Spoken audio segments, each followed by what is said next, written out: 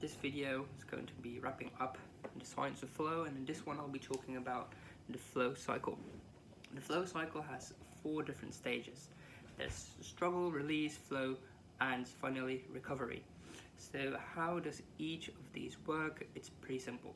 The struggle phase is on a short-term or long-term basis, the phase in which you'll be learning and gathering information. So for example, if you're going to write an article, the struggle phase is going to be the phase in which you'll be doing your research, you'll be gathering your different stats, you'll be gathering your different sources, putting it all together. It's a bit of a struggle.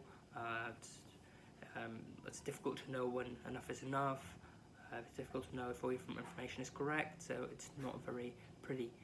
On a longer term, it's also you practicing to become a better skier, for example. You're not going to get into flow the first couple of weeks, maybe, so because you're learning. But then there's a release phase. And the release phase is just you're letting go. You're not going to be working towards your goal anymore at this moment. You're just going to go for a walk, take a bath, take a shower. Just let all those negative feelings of the struggle go. Release them. And when you start releasing them, it's going to be a whole lot easier to get in flow, because you're going to let go of cortisol, which is a negative kind of hormone. It's a hormone that makes you feel stressed, makes you feel a bit bad, and that will prevent flow. But then as you release those negative hormones, as you release the struggle, as you release them bad feelings, you can get closer to flow.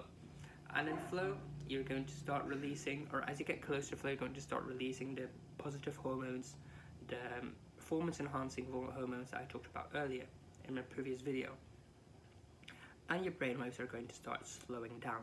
That's when you're in flow state, when everything's going to move smoothly, where everything's going to move quickly, where you're going to lose sense of time, sense of ego, lose perfectionism and everything, and that's going to be your optimal state of performance. And then the last stage of the flow cycle, which is very important, you cannot forget, is the recovery phase, because flow asks a lot from your body.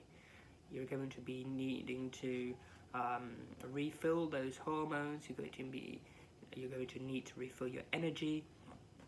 So after each flow state, it's very important to take enough time to recover.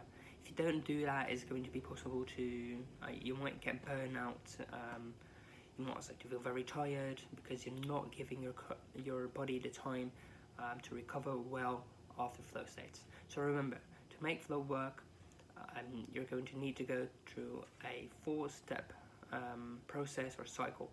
Start with the struggle, let go in the release phase, then enjoy your flow, and finally recover well so you can restart the cycle again and start performing at a top level. If you've got any questions, just drop them in the comment section. I'll be happy to reply, or go to the website where you can find the full information about flow science.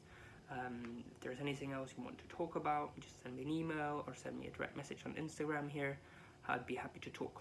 I hope you enjoyed this, hope you learned something.